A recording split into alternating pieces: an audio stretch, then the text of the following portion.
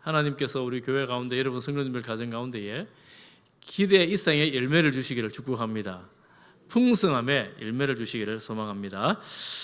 오늘 본문 말씀도 예수님께서 이제 예루살렘에 거의 다 왔어요. 여리고에 왔는데 한 27km, 한 30km 정도 떨어진 지역입니다. 다음 주에 이제 예루살렘에 입성을 하는 내용입니다. 마지막 도시인 거죠.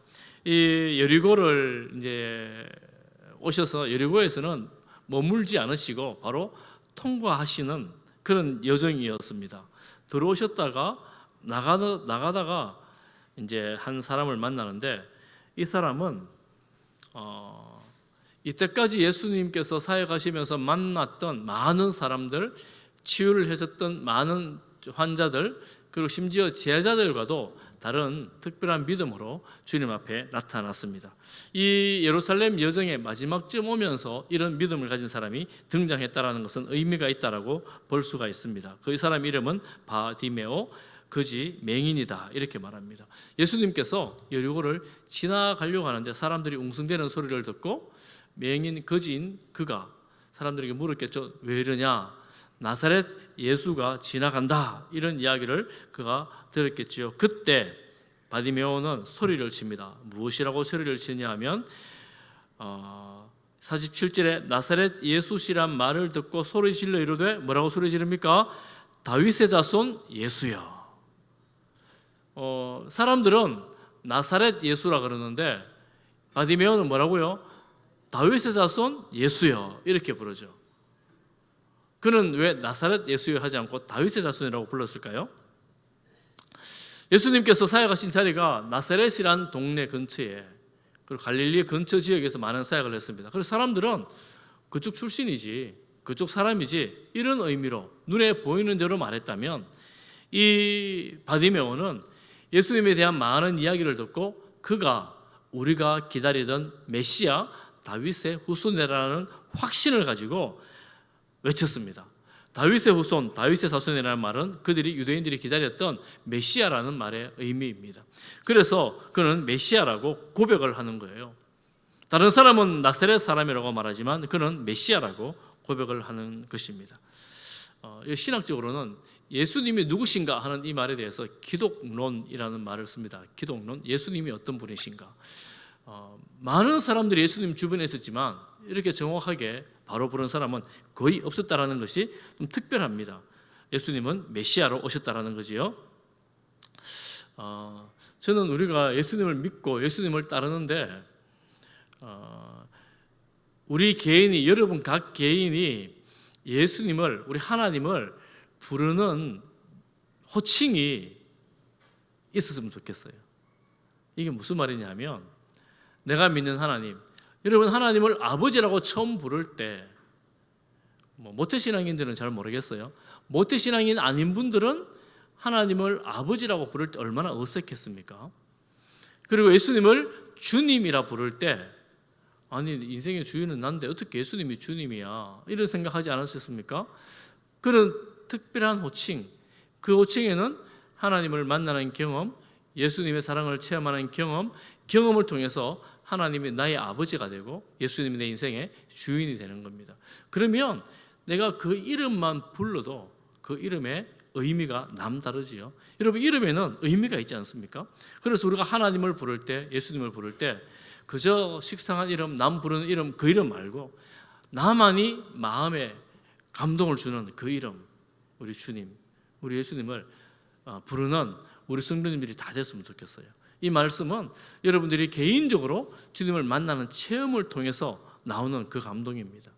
그래서 그때를 생각하면서 그 감동으로 주님 이름 부를 때, 조금 전에 찬양대가 불렀던 것처럼 정말 아름다우신 예수님. 여러분 예수님 아름다우세요?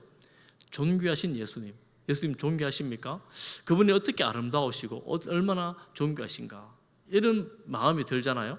그런데 우리가 삶에서 그분이 정말 귀하신 분이구나, 그분이 너무 아름다우신 분이구나, 그분이 정말 나의 전부이구나 라는 것들을 체험하는 그런 계기들을 통해서 그 예수님을 그렇게 부르지요.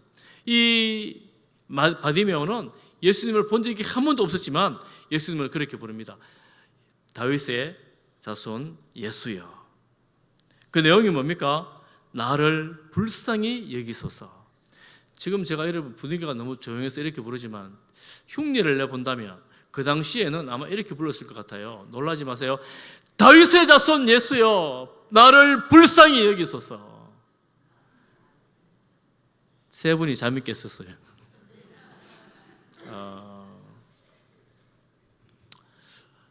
주변 사람들이 시끄럽다고 그랬거든요.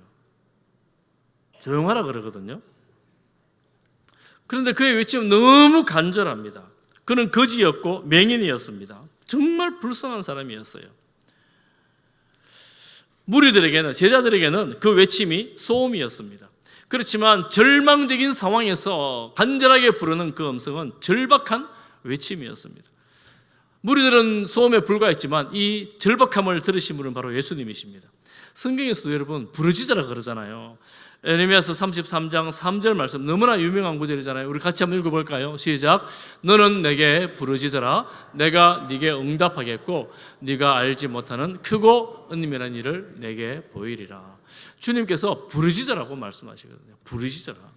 이 바디메오는 간절하게 부르짖었습니다. 간절하게 부르짖었어요. 그런데 사람들은 육신의 귀로만 들을 때는 소음인 거죠.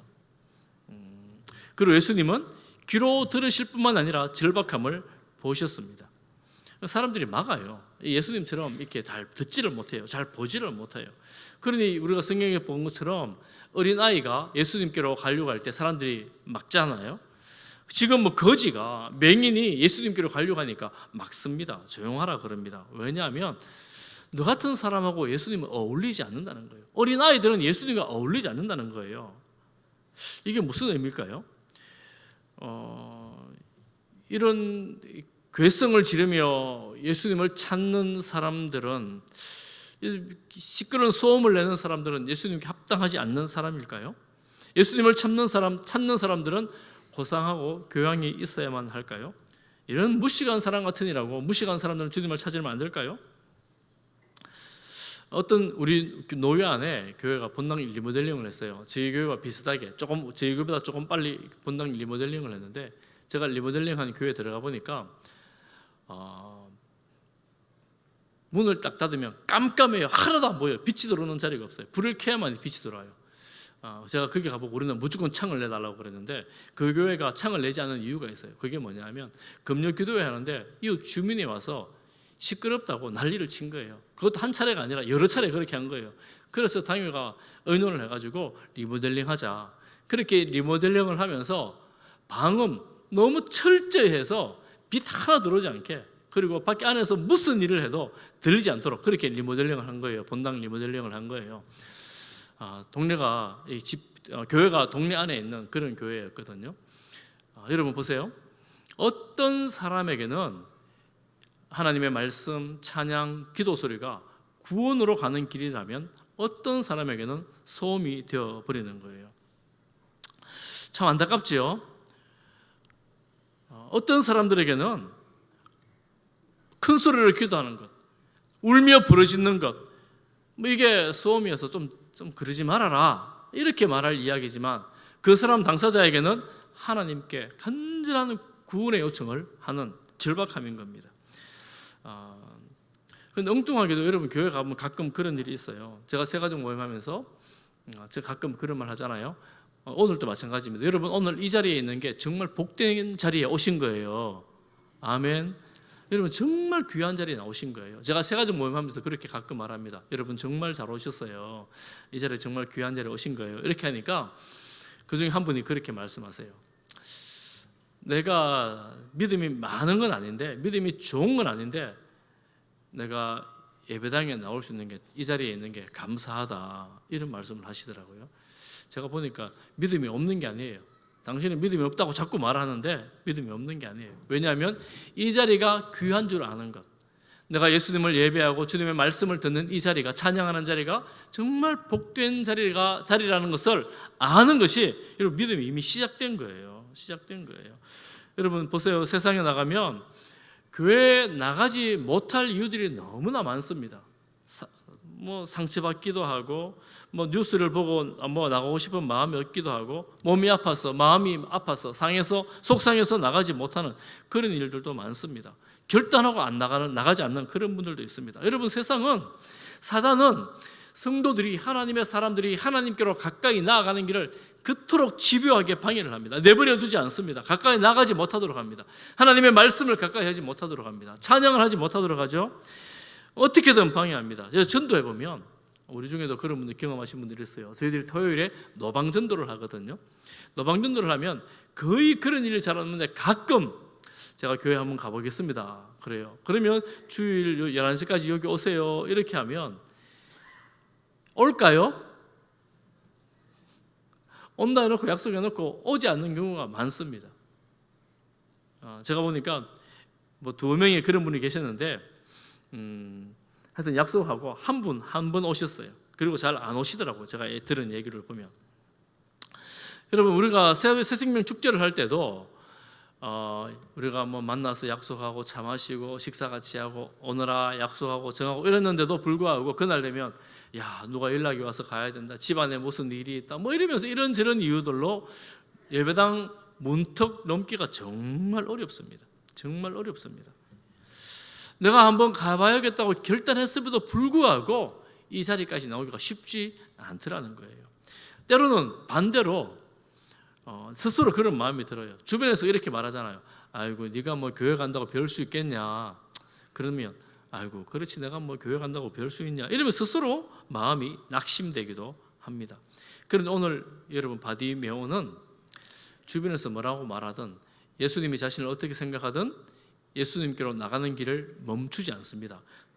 외치는 소리를 멈추지 않습니다. 사람들이 조용하라고 꾸짖으니까 더 크게 소리 지르는 거예요.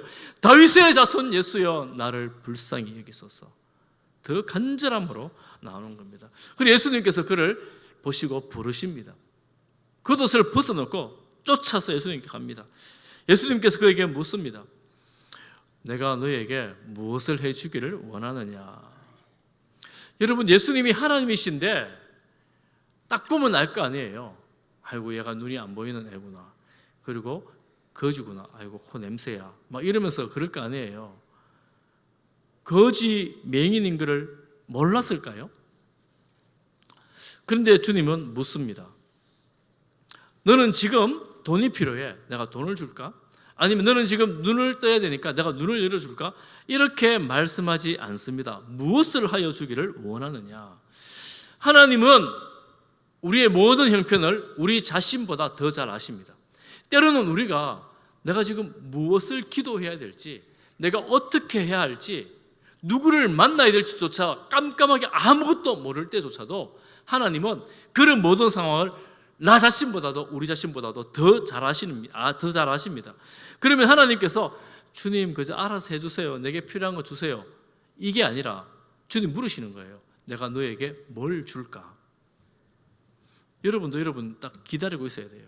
준비하고 있어야 돼요. 만약에 하나님께서 오늘이라도 내가 너에게 뭘 줄까라고 물으신다면 여러분 뭐 달라고 하시겠어요? 뭐 달라고 하시겠어요?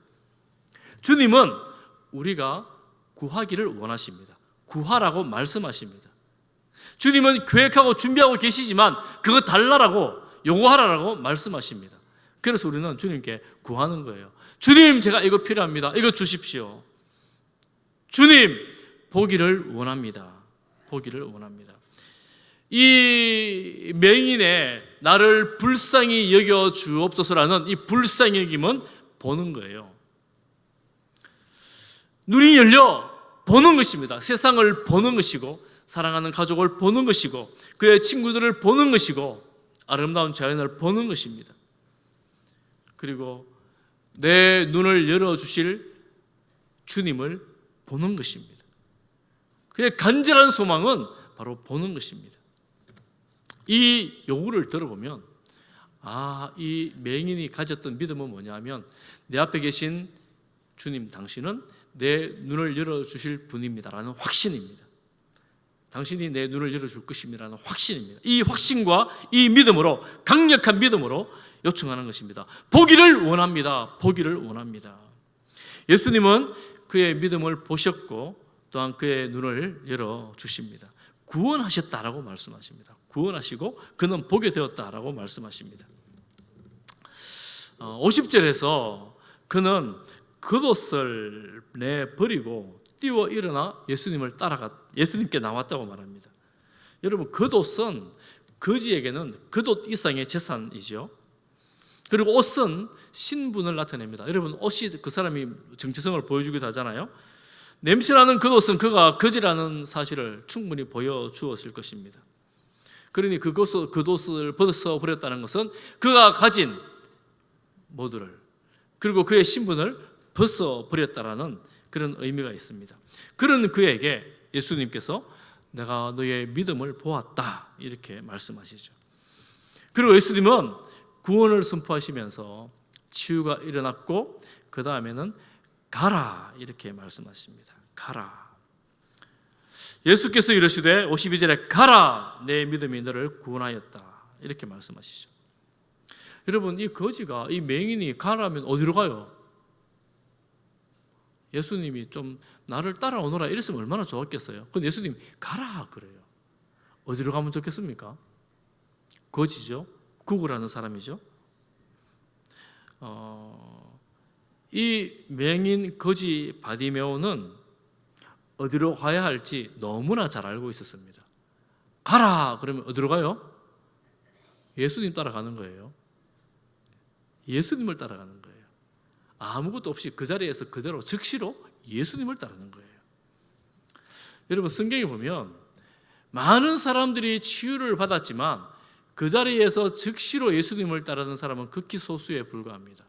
나를 따르라라고 말씀함에도 불구하고 예수님을 따르지 않는 사람들이 대다수입니다. 그런데 그는 예수님을 따라가게 되었습니다.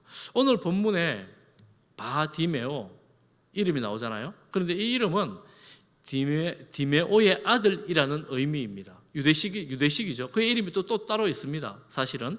그런데 그 아버지의 이름을 가지고 그가 누구인지를 알려주는 거예요. 바디메오. 왜 이 이름을 특별히 기록해 놓았을까요? 다른 사람들은 이름을 별로 나오지 않는데요. 우리가 이제 예루살렘에 입성하기 전에 마지막 이 사건을 보면서 이때까지 수많은 사람들과 비교를 좀 할 필요가 있는데, 특별히 우리가 지난번에 보았던 10장 17절 이하의 부자 청년 관원과 비교가 됩니다. 여러분, 그 당시에 부자였고 또 청년이었고 관원이었습니다. 전에도 말씀드렸지만 금수저라 그랬죠. 아버지가 유력한 집안 사람이었을 가능성이 거의 확실합니다. 그러니 그 이웃 동네까지도 알만한 그런 사람이었을 것입니다. 그 집안, 집안 좋지. 그 청년 너무 신실하지. 그 청년 참 훌륭한 청년이야. 신앙 좋은 청년이야. 그런 청년이었습니다. 그런 청년과 이 바디메오와 비교가 돼요. 첫 번째 비교는 그 청년의 이름은 나오지 않습니다. 무명의 청년이에요.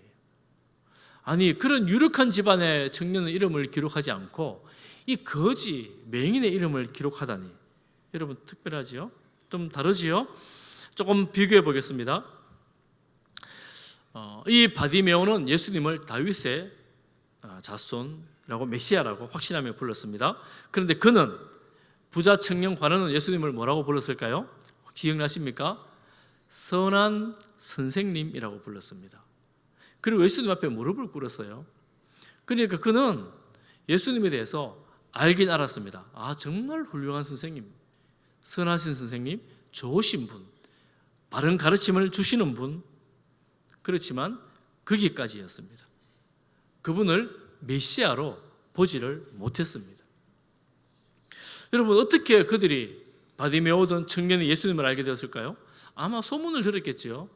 상상해보면, 생각을 해보면 소문을 들었겠지요. 나사렛에서 이런 분이 다니면서 이런 사역을 하신다더라. 기적을 베풀고 하나님의 말씀을 가르친다고 하더라. 많은 환자들이 치유를 받았다고 하더라. 아마 이런 소문은, 이 정도는 바디메오도 들었을 것이고 부자 청년도 들었을 것입니다. 그런데 뭐가 달라요? 해석이 다른 거예요. 해석이 다릅니다.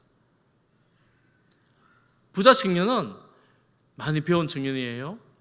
율법을 외울 정도로 다 지킬 정도로 신실한 청년이었습니다. 교양과 지성을 다 갖추었습니다. 재물도 많은 청년이었습니다. 집안도 좋은 청년이었습니다. 그는 예수님에 대한 소문을 들으면서 야, 훌륭한 선생님이구나, 내가 한번 꼭 보고 싶다, 이런 생각을 가졌습니다. 그 정도였어요. 그런데 이 바디메오는 그 예수님에 대한 소문을 들으면서 그는 확신했습니다. 무엇을 확신하냐면, 그래, 이분이 바로 나를 치유하시는 메시아야. 여러분, 똑같은 소문을 들었지만 그 소문을 어떻게 해석하는가에 따라서 그 삶의 양상이 달라집니다. 삶이 달라지는 거예요. 나를 구원해 줄 메시아, 나를 치유하실 메시아, 내가 그분을 만난다면 내가 눈이 열릴 거야. 내 인생이 변할 거야. 아마 간절히 사모했을 거예요. 내가 그분을 만나고 싶다고. 내가 그분에게 달려가고 싶었을 것입니다. 내가 나사렛까지, 갈릴리까지 달려가고 싶은데 눈이 보이지 않아요. 도와줄 사람이 없어요. 구걸하고 살아야 했어요. 아마 하루 이틀 언제 이 여리고로 들어오는가, 막 그분이 들어오기만 하면 내가 그분을 만날 거라고 간절히 사모하면서 마음에서 언젠가를 만날 거라고 기대하던 차에 마침 예수님이 머물지도 않고 지나가는 그 길에 그 이야기를 듣고 일평생 다시 오지 않을 그 기회를 잡은 거예요. 다시 오지 않을 그 기회, 지금이야. 내가 지금을 놓치면, 이 시간을 놓치면 다시 이분을 만나지 못할지 몰라. 그러면서 사람들이 방해하고 사람들이 반대함에도 불구하고 다윗의 자손 예수여라고 간절하게 부르는 거예요. 여러분, 그러니까 우리가 지금도 마찬가지예요. 여러분, 우리가 뭐 좋은 책을 읽어도, 똑같은 책을 읽어도 이 책을 통해서 얻는 해석에 따라 그 사람이 달라집니다. 다를 수 있어요. 우리가 똑같은 자리에 같은 말씀을 들어도 하나님의 이 말씀에 대해서 반응하는 정도가 다를 수 있습니다.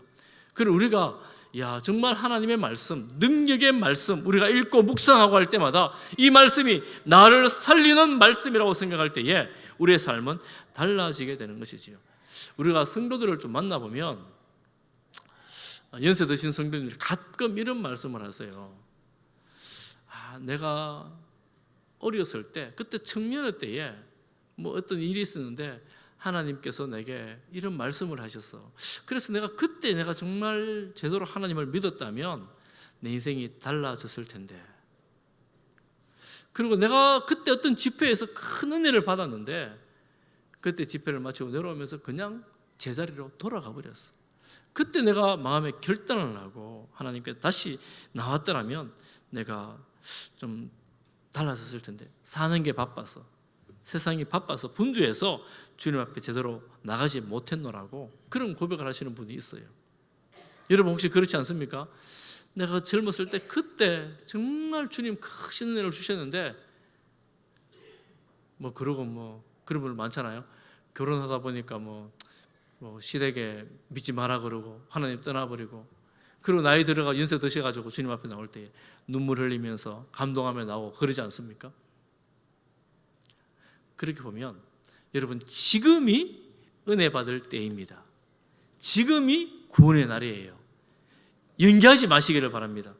고린도후서 6장 2절 말씀에 이르시되 내가 은혜 베풀 때에 너희에게 듣고 구원의 날에 너를 도왔다 하셨으니, 같이 봅니다. 보라, 시작. 보라, 지금은 은혜 받을 만한 때요. 보라, 지금은 구원의 날이로다. 여러분, 나중에 다음이 없어요. 다음은 없다, 지금이다 생각하고 주님, 제가 주님께 간절히 나아가겠습니다. 주님, 제가 제대로 믿겠습니다. 내가 아직 잘 할지 못할지 모르지만 몰라도 주님 따라가는 거예요. 주님 고백하며 나가는 거예요. 여러분, 그런 은혜로 오늘 주님 앞에 나올 수 있기를 간절히 바랍니다. 그러면 이 니고데모의 장애, 결핍, 우리가 현재도 가지고 있는 결핍, 장애, 혹은 질병, 인생의 문제, 이런 것들이 원망거리가 아니라, 불평거리가 아니라 주님께 나아가는 타이밍, 딱 그 시간이라는 사실을 여러분 기억하시기를 바랍니다. 내가 지금 이 불편함을 가지고 힘들어 죽겠는데, 고통스러운데 어떻게 하라고요? 주님께 나오라고요. 주님을 부르시라고요. 주님을 사랑하시라고요. 주님의 이름을 의지하시라고요. 내가 지금 바로 그때구나. 주님을 의지해야 될 때구나. 주님을 바라봐야 될 때구나. 주님이 도우신다는 것입니다. 뭐라고 우리가 구해야 될까요? 오늘 이 본문처럼 다윗의 자손 예수여 나를 불쌍히 여기소서. 나를 불쌍히 여기소서. 여러분 한번 따라해 보겠습니다. 나를 불쌍히 여기소서. 보기를 원합니다. 정말 마음에 있는 깊은 간절한 간구를 올려드리는 거예요. 올려드리는 거예요. 절망적인 상황에서 절박한 간구를 올려드리는 거예요. 내게는 그 능력이 없으니까요. 우리에게는 그 소망이 없으니까요. 그렇게 올려드리는 거예요. 여러분, 바디메오는 나를 불쌍히 여겨주옵소서 보기를 원합니다라고 간구했습니다. 생존이 걸린 간구였습니다. 그런데 부자 청년은 뭐라고 요청합니까? 질문을 하죠. 뭐라고 질문합니까? 내가 어떻게 하여야 영생을 얻으리이까? 여러분 기억나시죠? 이 질문은 정말 좋은 질문이에요. 여러분 물어야 돼요. 내가 구원의 길을 모를 때, 내가 믿음이 혼란스러울 때 물어야 돼요. 내가 어떻게 하면 구원 얻겠습니까? 내가 어떻게 하면 잘 사는 것입니까? 물어야 돼요. 너무 좋은 질문인데 가만히 보면 의도가 그게 맞는가 싶어요. 왜냐하면 예수님은 그를 보시면서 율법을 지키라 그럴 때 그가 뭐라 그럽니까? 어릴 때부터 다 지켰습니다 이렇게 말합니다. 제가 이 영화로 만든다면 어릴 때부터 다 지켰습니다라고 말하는 이 청년의 얼굴빛이 어땠을까? 그 배우가 어떤 얼굴로 이 말을 할까? 많은 상상이 돼요. 여러분 같으면 어떤 얼굴로 이 말을 하겠습니까? 내가 다 못 지켰으면 이렇게 좀 미안한 마음으로 이렇게 표정을 짓지 않겠어요? 그런데 이 말대로 내가 다 지켰습니다 이렇게 말하는 자세는 표정이 어떻겠어요? 뭔가 흐뭇한 미소 같은 게 나오지 않겠어요? 이 말의 의미가 무엇입니까? 선생님, 제가 그렇게 말씀할 줄 알았습니다. 제가 그거 다 잘하고 있습니다. 걱정하지 마세요. 이런 의미가 있는 거예요. 뭡니까?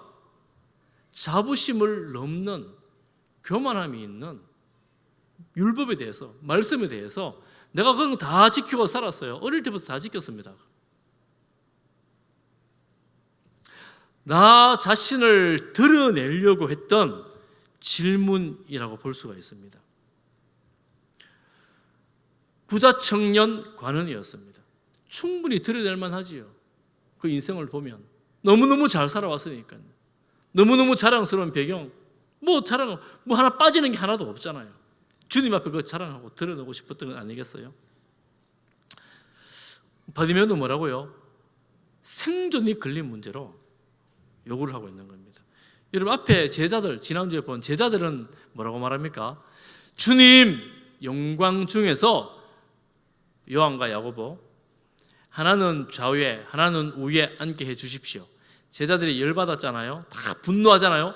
아니 그거 내 자리인데 너네들만 가면 되겠느냐고. 영광을 얻으려고 제자들은 주님께 요구합니다.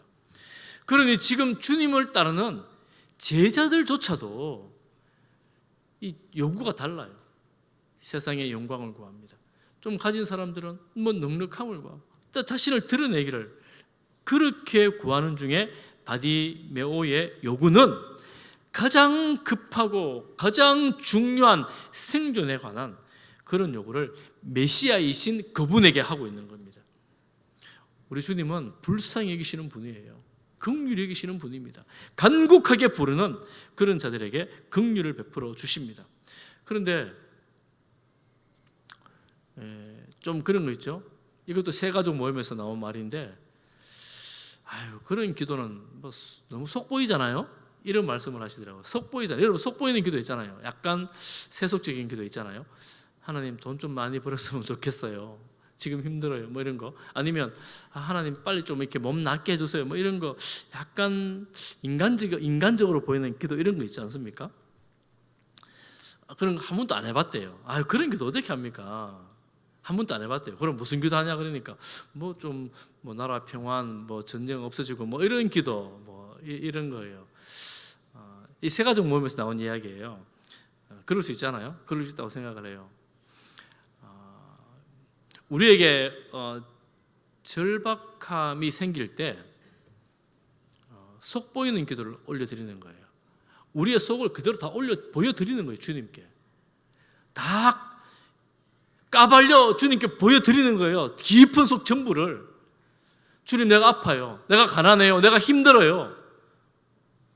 아니, 이런 것뿐만 아니라 주님, 내가 악한 마음이 있어요. 거짓된 마음이 있어요. 탐심이 있어요. 탐욕이 있어요. 부끄러운 것까지, 수치까지. 주님, 제가 이런 악을 행했습니다. 다 보여내는 거예요. 주님께, 우리 주님께. 다른 사람들에게 부끄러워 도저히 입에 담지 못할 그런 내용들을, 내 마음의 깊은 내면을 우리 주님께 다 보여주는 거예요. 가장 다른 사람들에게 말하면, 그 사람이 알면 나의 약점을 잡아서 약점을 가지고 이용할지도 모르는 그런 말 못할 내용들도 주님께 다 드러내 보여드리는 거예요. 주님, 내가 이렇습니다. 주님, 나를 좀 봐주세요. 여러분, 찬양 가사에 그런 거 있잖아요. 내 안에 선한 것 하나 없습니다. 내 안에 선한 것이 하나도 없습니다. 내 깊은 속을 들여다보니 욕심과 탐심과 정욕과 죄악이 가득합니다. 주님, 내 이 마음을 불쌍히 여겨 주옵소서. 주님, 보혈로 씻으시고 정결하게 하여 주옵소서. 내 힘으로 이거 잘 되지 않아요. 내 끌어오르는 욕망을, 분노를 내가 감당할 수가 없어요. 주체할 수가 없어요. 주님, 도와주십시오. 우리의 깊은 속 내면을 주님께 다 드러내어 놓을 때 그분이 우리 아버지가 되는 거예요. 아버지가. 내 내면을 깊이 감추어두고 있다면, 여러분, 하나님은 우리 아버지가 아니고 아마 옆집 아저씨 정도 될 것 같아요. 옆집 아저씨한테 우리가 속 내면을 다 보여줄 필요는 없잖아요.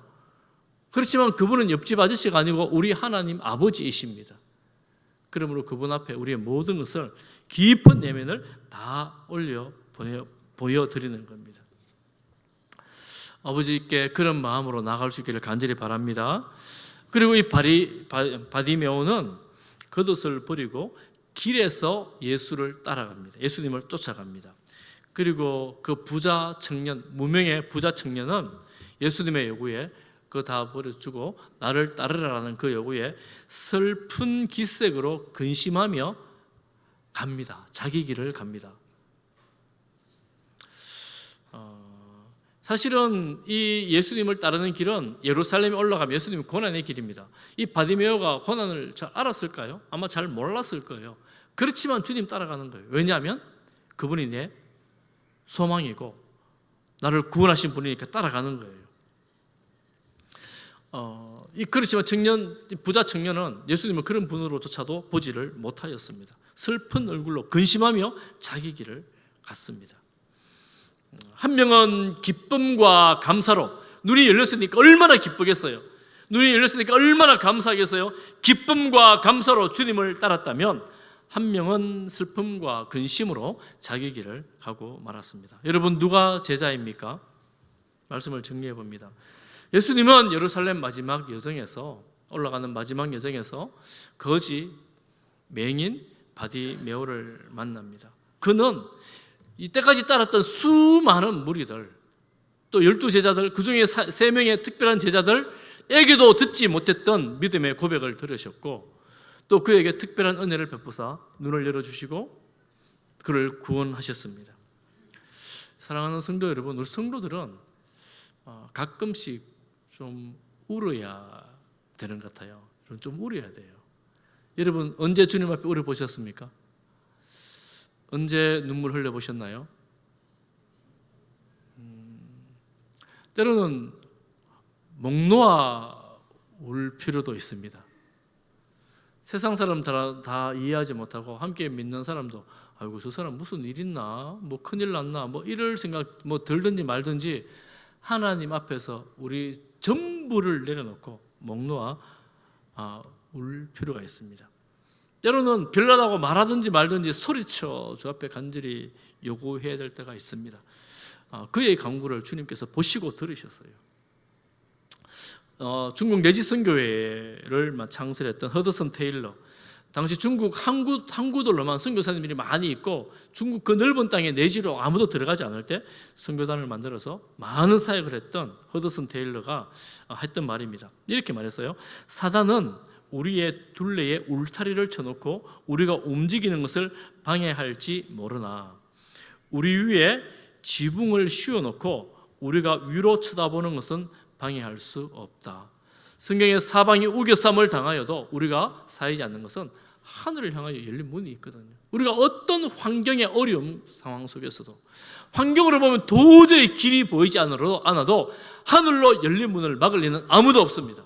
사단도 그 문을 막을 수가 없습니다. 그러니 우리가 하늘을 향하여 간절히 기도하는 것이죠. 소리쳐 기도하는 것이죠. 눈물로 간절히 기도하는 것이지요. 여러분 간절히 기도할 때에 응답하시는 주님을 믿습니다. 우리의 연약함을 가지고 여러분 기도하는 성도들 되시기를 바랍니다. 또 한 가지는 모든 것을 버리고 주님을 따랐던 이 바디메오를 보면서 우리가 주님을 따라가야 된다. 제자는 주님을 따르는 사람이라는 사실을 한 가지를 또 배웁니다. 주님을 따른다는 말, 또 버린다는 말 여러분 굉장히 좀 힘들잖아요. 바디메오는 버릴 게 그것밖에 없었어요. 그런데 부자 청년은 재산 정리하고 버리려고 하면 하루 이틀로 뭐 안 됩니다. 여러 날 걸립니다. 한 달 걸릴지도 몰라요. 그거 다 버리고 뭐 정리하고 가려고 그러면 그건 불가능한 일이죠. 여러분 이 말은 그거 실질적으로 다 버리고 가라는 말의 의미가 아니라 예수님을 내 삶의 최우선순위에 두고 주님을 따르라는 거예요.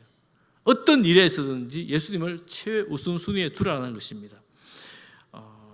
그러니 저는 여러분께 다시 한번 권합니다. 앞으로도 계속 권할 거예요. 여러분 형편이 되신 분들은 신학교를 가시기를 바랍니다. 형편 되시는 분들은 신학교를 가세요. 그래서 말씀을 배우고 신학을 배우셔서 주님을 따르시기를 바랍니다. 신학을 가른다고 여러분 스트레스는 너무 많이 받지 마시고 기도해 보시고 저하고 상담하시기를 바랍니다. 그리고 여러분 신학교를 가지 않는다 할지라도 여러분 가정에서, 여러분 직장에서, 여러분 이웃들 사이에서 주님을 내 삶의 우선순위에 두고 주님을 따르시기를 바랍니다. 여러분 주변에 있는 사람들이 여러분을 보면서 예수님 믿는 사람인지 다 알잖아요. 교회 다니는지 다 아시잖아요. 여기서 만족하지 말고 여러분을 보고 야 나도 한번 교회 가봤으면 좋겠다 이런 이야기를 들을 수 있으면 좋겠습니다. 시간이 갔지만 또 새로 새 가족 모임에서 했던 이야기 한 가지만 하고 제가 말씀을 마치겠습니다. 제가 새로 오신 분에게 물었어요. 어떻게 그렇게 우리 교회를 오시게 됐냐고.